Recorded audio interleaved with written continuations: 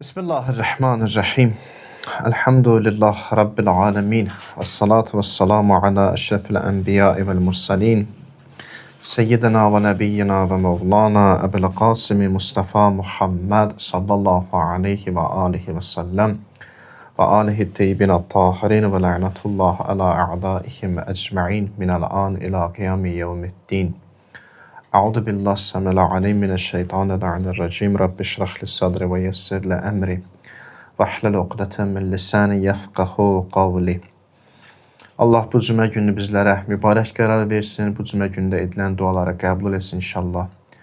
Allah bütün müsəlmanlara bu cümə günü hörmətinə kömək eləsin. Xəstə olanlar var, nəzərdə olan xəstələr var. Onlara şəfa versin tezliklə. Allah İmam Zaman Aleyhisselamın zuhrunu təcir eləsin. Ağanın qəlbini bizdən razı və xoşnud eləsin. İmam Səccad Aleyhisselam tövbəkarların münacatının davamında belə buyurur. Burada qalmışdıq ki, buyurur ki, ilahi, həl yərci'ul abdu əl-əbiqu illə ilə mevlah əm həl yüciruhu min səxatihi əhədun sivah. Buyurur ki, ilahi, həl yərci'ul abdul abiqu. İlahi, sənin qaçan qulun, səndən uzaqlaşmış qulun öz ağasından, mövlasından başqa hara qaydar ki, hara qayda bilər? Yoxsa onun qəzəbindən ondan başqası mı qoruyacaq? Yəni, İnsan Allah'tan uzaqlaşıb, indi peşmandır, gəlir Allah'a deyir ki, ilahi, mən sənin qaçmış qulun idim, günah edirdim, səndən uzaqlaşmışdım. Və indi başqa hara gedim ki, mənim başqa haram var, səndən başqa hara var. Sənin bu qaçmış qulun, səndən başqa kimə tərəf qaçacaq?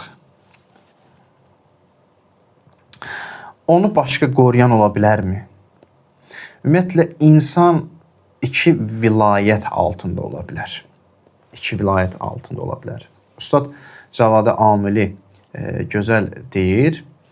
Deyirdi ki, insan ya Allahın vilayəti altında olacaq, ya onun mövlası Allah olacaq. Allah deyilsə, şeytanın vilayətinin altında olacaq. Yəni, üçüncü bir yol yoxdur. Zaten həqiqətdə hər şey iki hissəyə bölünür. Bir, Allahın vilayəti, bir də ki, şeytanın vilayəti. Və başqa variant da yoxdur. Yəni, mən nə şeytanın vilayətindəyim, nə Allahın vilayətində. Haqq var və batil var. Haqq tərəfdə deyilsənsə, batil tərəfdə olacaqsan. Batil tərəfdə deyilsənsə, deməli, haqq tərəfindəyim. Yox, mən filan kəs batildir, başqa tərəfə gedirəm. Onu qəbul bilmirəm, başqasının yanına gedirəm. O da elə şeytanın vilayəti olacaq da. Sadəcə olaraq şöbələr var. Şeytanın vilayətinin şöbələri var. Allahın da vilayətinin şöbələri var. Məsələn, imamlarımız, peyğəmbərimiz həmin o ilahi vilayətin şöbələridir. Şeytanın da şöbələri kimi olacaq. Misal üçün, Yeziddir, Muaviyyədir. Bunlar məsələn şeytanın şöbələridir. İndi müasir dövrdə də təyin etməliyik.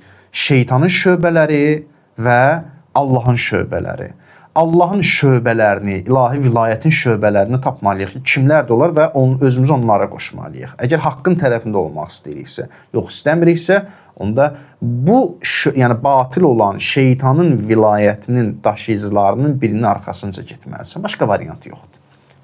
Susmaq, mən susuram, kənarda qalıram, məsələn, qaniyib qarışmıram. Elə o qaniyib qarışmamanın özü də şeytanın vilayətinin altında olmaqdır da. Hətta Ustad Cavad Amili çox gözəl bir dərin irfani məsələyə toxunur. Deyir, hətta şeytanın vilayətinin altında olmaq belə ilə Allahın vilayətinin altında olmaqdır. Nə deməkdir bu? Yəni, zaten şeytana fürsət, möhlət verən Allah oldu. Allah ona möhlət verdi ki, bəli, mən sənə möhlət verirəm. Qiyamətə qədər möhlət verirəm. O da dedi ki, sənin bütün bəndələri və azdıracam, bir dənə müxləs bəndələrindən başqa.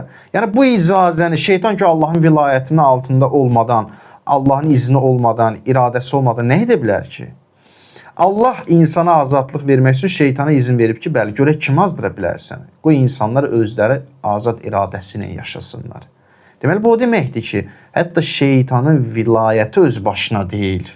Allahın izni ilə olur. Allah izin verir. İndi bu dərin bəhsdir, onunla işim yoxdur. Nə üçün belədir, nə üçün izin verdi? İndi burada məsələn, azadlıq faktoru var ki, insan azad olmalıdır, məcburi şəkildə kimsə qəbul etməməli. Neysə, bu uzun məsələdir, buna işimiz yoxdur. Amma bunu bildik ki, insan mümkün deyil Allahdan başqasına tərəf getsin, mümkün deyil. Hətta dərinliklə də dedik ki, şeytan vilayəti belə, yenə sən harda olsan, neyinsə Allahın vilayətinin qarşısında olacaqsın. O bir nəfər gəlib İmam Səccad əleyhissalama ya İmam Sadiqə dedi ki, mən istəyirəm ki, Allaha ibadət etməyim, bəndə olmayayım. Mən istəmirəm də, yaradıb amma bəndə olmaq istəmirəm.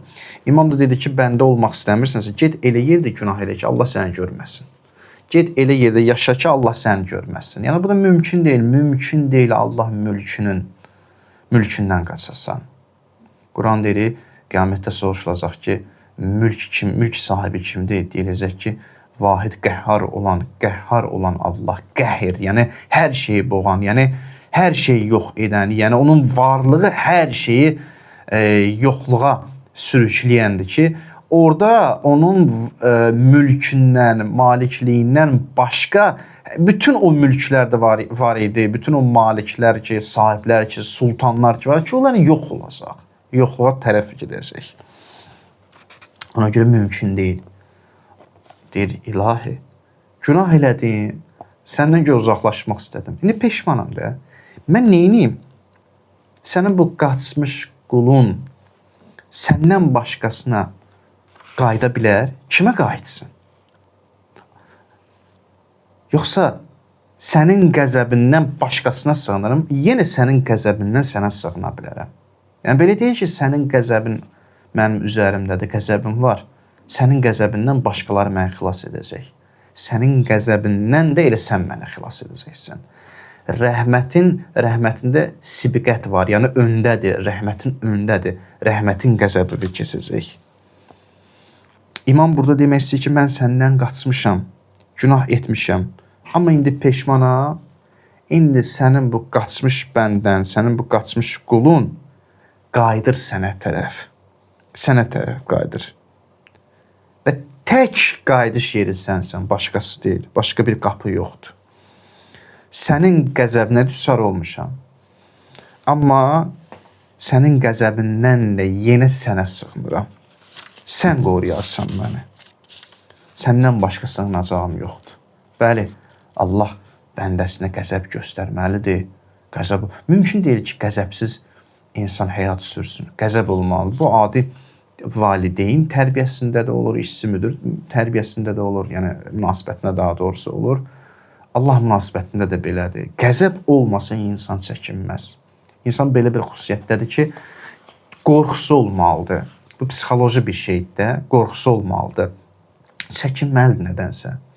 Bugün təəssüf ki, baxırsan ki, məsələn, bəzi valideynlər övladlarını tərbiyə edirlər, qorxu göstərmirlər onlara, qəzəb göstərmirlər. Səbəb, mənim övladım gözəl böyüsün, azad böyüsün, mənim övladım məsələn, məcburiyyətdən, yox, məcburiyyət söhbət deyil, bu belə gözəl böyümür. Övlada qorxu da lazımdır, çəkindirmək də lazımdır. Çəkindirmədən mümkün deyil. Hətta məsələn, gəlib irad tuturlar ki, Allah insanı qəzəbi ilə tərbiyə edir, amma belə deyil.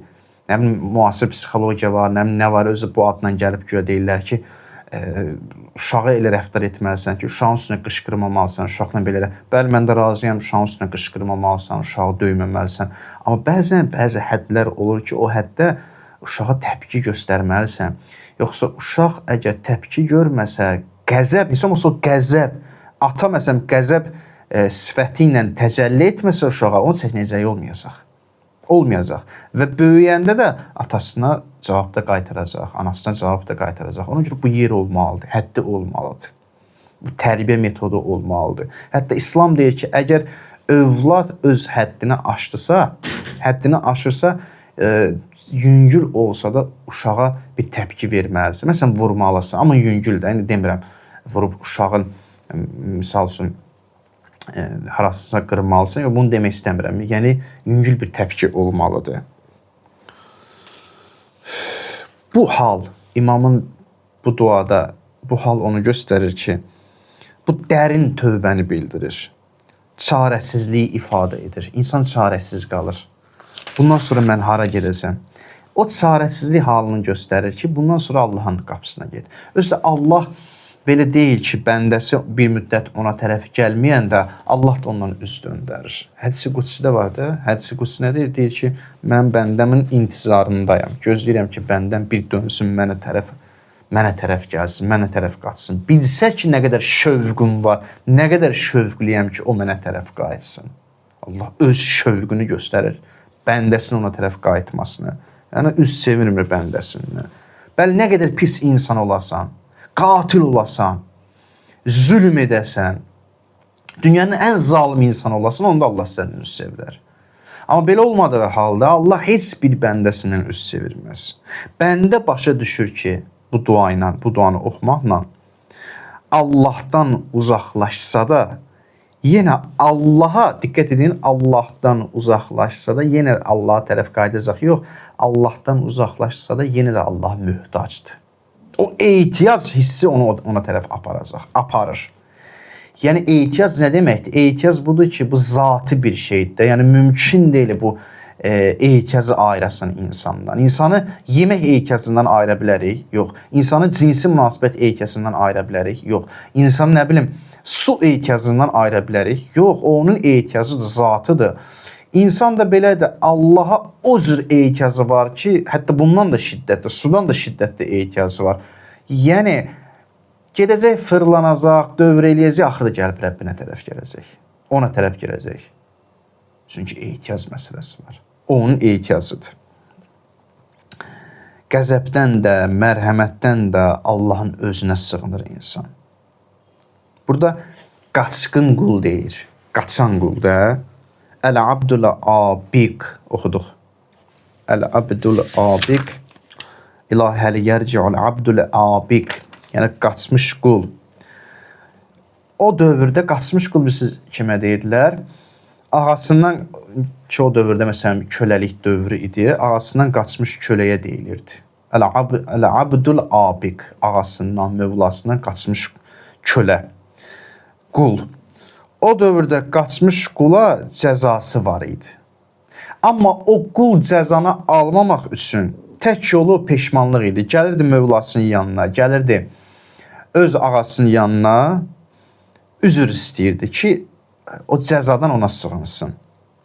İmam da gəlib sanki özünü bizə öyrədir ki, özünüzü bax ona bənzədin. Elə bir qul olun ki, Allaha tərəf qaçsın ki, başqa cəza almayasan.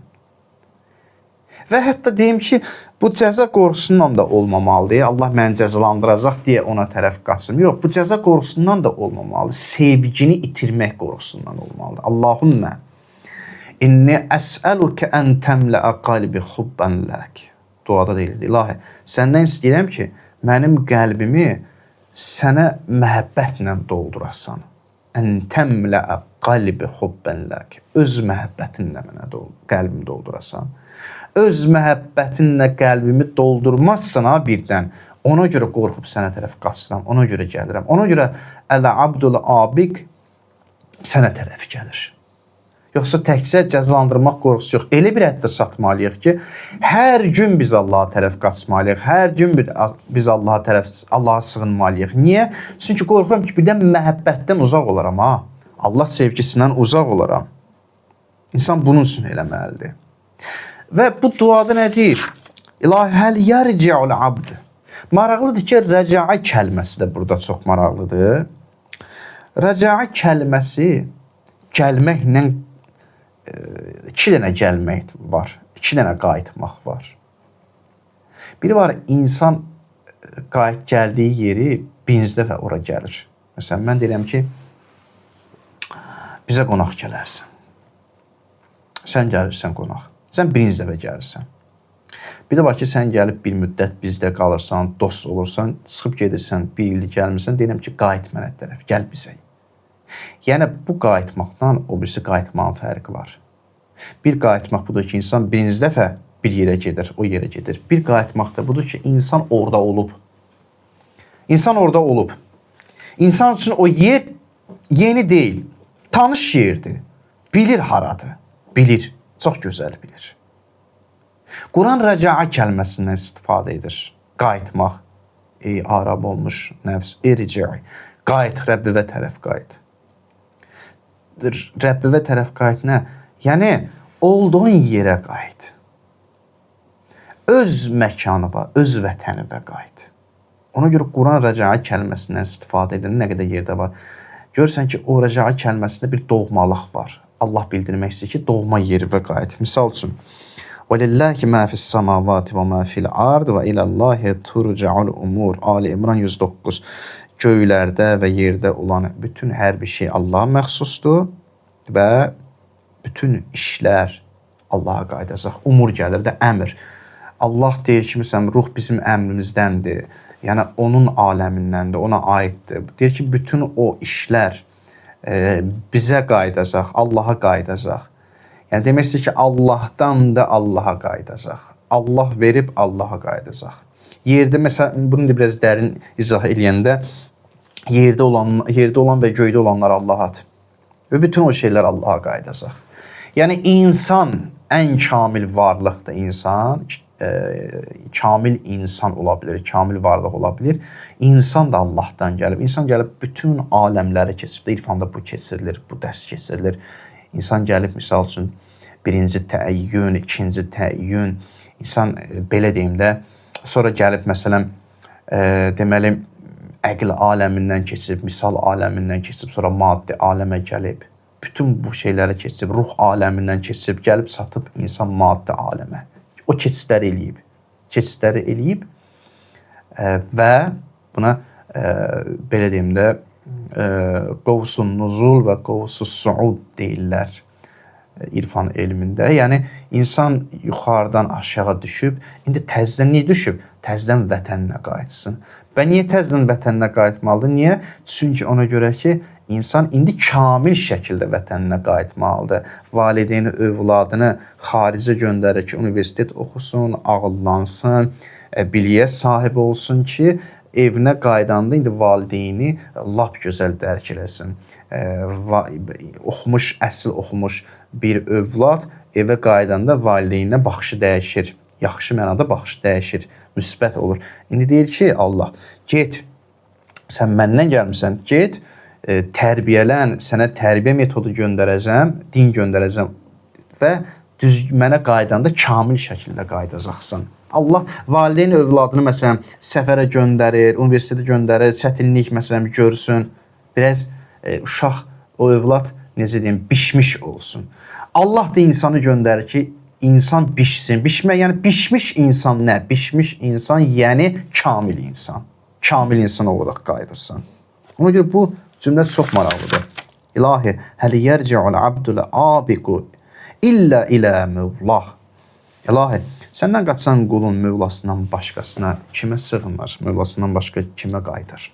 Bugün həm də İmam Rıza əleyhissalam, İmam Raufun bugün deyəndə, daha doğrusu birisi gün bundan qabaq mövludu idi. Elə biz də istədik ki, burada da İmam Rıza əleyhissalam barəsində qısa olaraq toxunaq. Əvvəla, bu mövlud münasibəti ilə bütün müsəlmanlara təbrik edirəm. Allah o ağanın dünyada ziyarətin, qiyamətdə şəfaətin bizlər nəsib eləsin. İmam Rıza əleyhissalam elə bir imamdır ki, məzhəbindən asılı olmayaraq bütün məzhəb İmam Rızanı qəbul edir. Sünnüsündən, şiyyəsindən, sufisindən, fərq eləmir, məzhəbindən asılı olmayaraq bütün əqidə qəbul edir. Özdə İmam Rıza əleyhissalama nisbət verilən onun arif tələbələri həm sünnülər, həm şiyələr istifadə edərək bəhrələnirlər onun tələbəsindən. Misal üçün, Bişr ibn Hafi ki, onun əlindən hidayət olundu. Sonra səhv etmirəmsə Muhammed Kərxi idi, bəli. Kərxi adlı ki, o irfanın əsaslarından danışan şəxs olub, vəhdətül vücud və s. İndi ondan işim yoxdur. Məsələn, sünnilər də ona istinad eləyər. Təbii ki, o sünnilər ki, onlar irfanı qəbul eləyirlər və şiə məzhəbi də. Yəni, görürsən ki, İmam Rızanın ortaq bir nöqtəsi var. Ortaq bir nöqtəsi var. Hətta bəzi tarixlərdə bəzi tarixlərdə də, indi bəzi ariflərin də isnadı var. İşim yox, çox dərinə getməyim. Dərs deyil də, bu cümə xutbəsidir.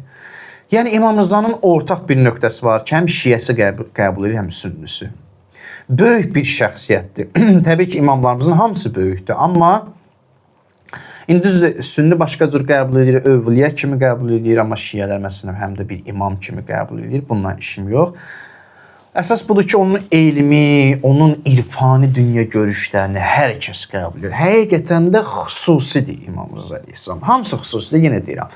Amma hərəsində bir xüsusiyyət vardır. İmam Rızada da elə bir xüsusiyyət var ki, irfanın o aramlıq xüsusiyyəti var imamda. Hərəminə gedirsən, insan elmi ki, arif olur. Demirəm, indi arif olur necə? Yəni, gəlib ariflik məqamına çatdın. Hərəminə gedirsən, o arifin rahatlığı gəlir.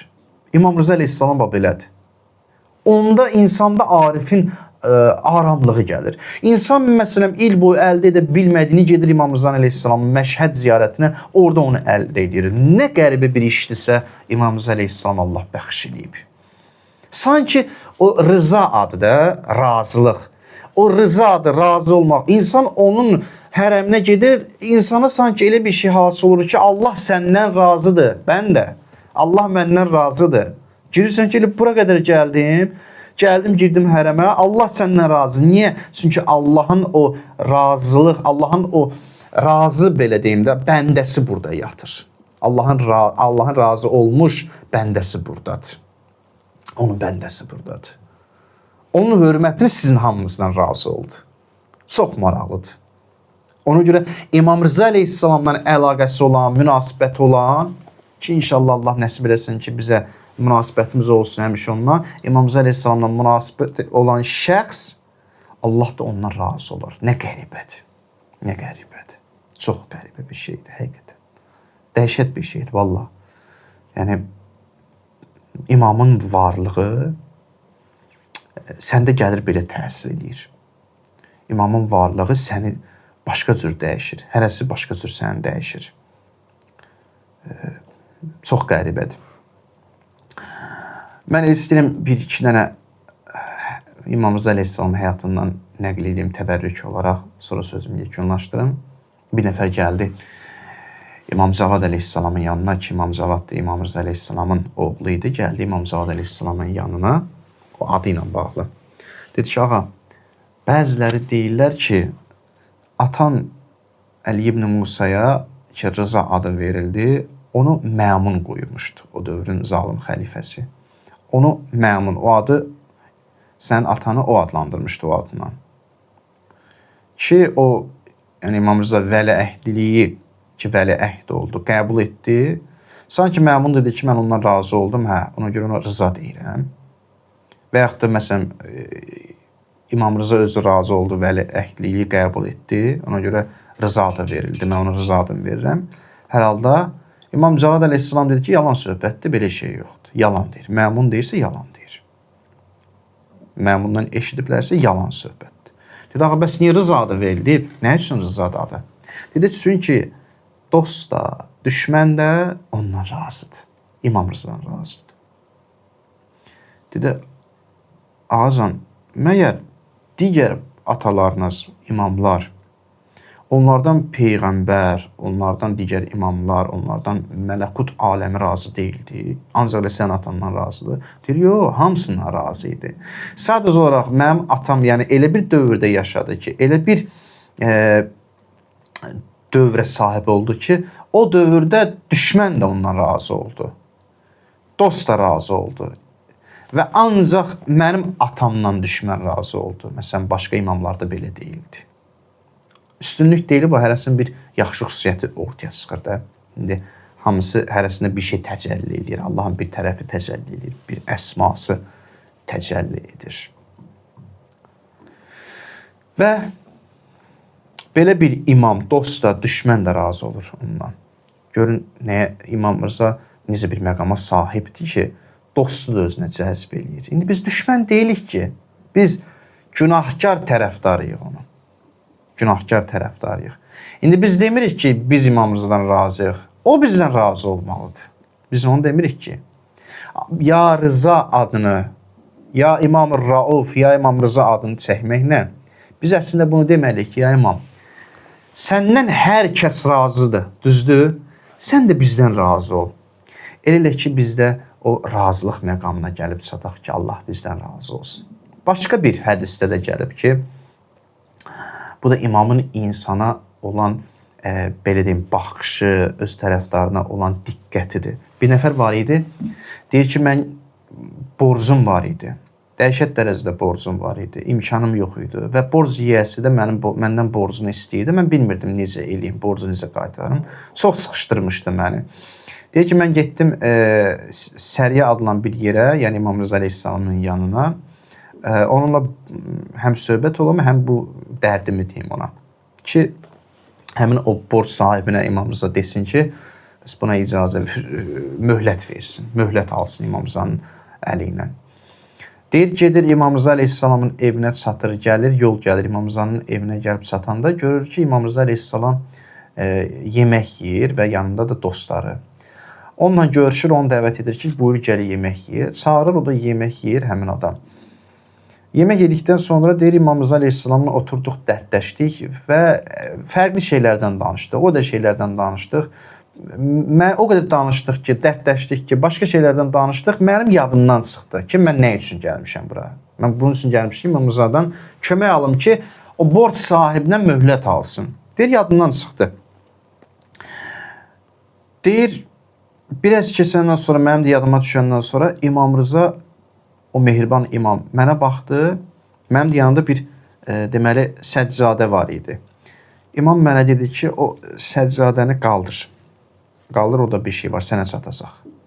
Deyir, mən səccadəni qaldır. Heç deməmişəm, hələ dərdimi. Səccadəni qaldırdım, gördüm orada 316-da 340 dinar var. Və bir dənə də yazı yazılmışdı. Kağız üzərində də yazı yazılmışdı. Deyir, oxudum yazını, gördüm yazılıb ki, La ilahə illallah Muhammedən Rasulullah Aliyyən Veliyullah Allahümme salli ala Muhammedin və ali Muhammed və accil fərəcuh. Yəni, Allahdan başqa ilah yoxdur. Peyğəmbər Allahın elçisidir. Əli, Həzrət Əli Allahın vəlisidir. Və gördüm ki, bir də yazılıb ki, bu 340 dinar sənə çatacaq, sənin də aparıb borcunu ver. Qalanı da saxla, alən üçün xərclə. Və sonra yazılmışdı ki, biz sizi heç vaxt unutmarıq. Biz sizi heç vaxt unutmarıq. Yəni, imam dərdini gəlib deməmiş, o irfanda söz var, istedad halı. Daha doğrusu belə deyim, hal istəyi, halla istəmək. Yəni, biri var lisan, yəni dillə istəmək. Bir də var ki, halla, dilvə gətirməmiş halından tutur, vəziyyəti, ruhi halı görür səni. Yəni, dilvə gətirmədən, biz dilimizə gətirmədən imam bizim halımızı görməyəcək və bizim hacətimizi rəva eləməyəcək. O şəxsin borcunu qaytardı. Hələ bu çətin bir vəziyyətdir də. İndi hamının çətinliyi var. Biri xəstədir, birində nə bilim, imkanı yoxdur, biri belə. İmam dilimizə gətirməsək də bizim hacətimizi verir. Amma bəli, əlbəttə ki, biz yenə də imamdan danışmalıyıq. Adam utanır bunu deməyə, vallah. Ki, mən özüm nə qədər danışmışam ki, imamdan. Adam utanır. Amma indi söhbət deyiləm həliyəm. Söhbət deyiləm, danışmalıyam. Adam utanır onu deməyə. Və bir nəfər gəlir İmam Rıza Əleyhisselama deyir ki, ya imam, bizi dua eləyərsən. İmam deyir ki, sən düşünürsən ki, biz səni dua eləmirik. Deyir, yox, eləyirsiniz, niyə eləmirsiniz? Deyir, necə düşünürsən? Nə demək, necə sizi dua eləyirik? Deyir, yəni, deyirsiniz ki, ümumi tərəfdarlarıma, məsələn, mənim kömək ilə. Deyir, yox, ümumi tərəfdarlarına yox. Biz sizin hər birinizi tək-bətək tanıyırıq. Tək-tək sizi tanıyırıq, hər birinizə tək-tək dua edirik. Kimin nə çətinliyi varsa tək-tək dua edirik. Yoxsa nəyin ki, belə dua edirik, bəzi dualar eləyir, biz tez bir zamanda yola vermək üçün. İlahi, məndən dua istəyənlərin günahını bağışla, məsələn. Dua istəyənlərin dualarını qəbul. Adını tək-tək çəkmirik. Adını tək-tək çəkmirik ki, hal yoxdur da. Yəni, bir də o adı çəkmək, necə deyim, həvəsim yoxdur. İmam deyir ki, hər birinizi tək-tək çağırırıq biz. Hər birinizi tək-tək dua edirik. Adınızı çəkib tək-tək dua edirik. Belə bir imamın mövzududur bugün. Allah İmam Rıza Əleyhisselamın dünyada ziyarətin, qiyamətdə şəfaətin bizlərə nəsib eləsin inşallah. Allah o ağanın məqamına dərk edənlərdən qərar versin bizləri. Allahdan istəyirəm ki, bizim imamlara qarşı olan münasibətimizi düzəltsin. Yəni onlarla yaxşı bir münasibət qura bilək və onların məhəbbətini, bizə olan məhəbbətini dərk edə bilək. Allahumma inna nes'aluke və ned'uke bismikəl azim əl-azam əl-azzil əcəlil əkrəm və bi İmam Rıza ya Allah ya Allah ya Allah ya Allah ya Allah ya Allah ya Allah ya Allah ya Allah ilahəllərimizi namüd qaytarma. Amin deyən dillərimizi lal öldürmə. Bağışlamamış bizləri qəbr evinə göndərmə. Qəbrimizin ilk gecəsində İmam Rıza əleyhissalamı başımızın üzərində hazır elə. Dünya və axirət bizləri İmam Rızadan ayrı salma. Dünyada İmam Rızanın ziyarətin, qiyamətdə şəfaətin bizlərə nəsib elə. Çətinlikdə olanların çətinliklərini İmam Rızanın hörmətinə həll elə. Xəstə olanlar var, tezliklə onlara İmam Rızanın hörmətinə şəfa ver. Dünyanın hər yerindəki müsəlmanlara zülm edirlər, körpə uşaqlara zülm edirlər, zəlili məhv nabud elə. Dünyanın hər yerindəki İslam'a, dinə, müsəlmanlara xidmət edirlər, onlara daha da müvəffəq elə. İlahi bayrağımızı dünyanın hər yerində uca elə. İlahi şəhidlərimizi Kərbəla şəhidləri ilə məşhur elə. Qazilərimizdə tezliklə şəfa ver. Onların valideynlərinə səbir, inayət elə. İlahi İmam Zaman əleyhissalamın zuhrunu tez elə. Ağanın qəlbin bizdən razı və xoşnud elə. Haqqı Muhammedin və alih və haqqı surətil mübarəkətil Fatihəti mə'əs-salavat. Allahümme salli ala Muhammedin və ali Muhammed və accil fərəcəhu.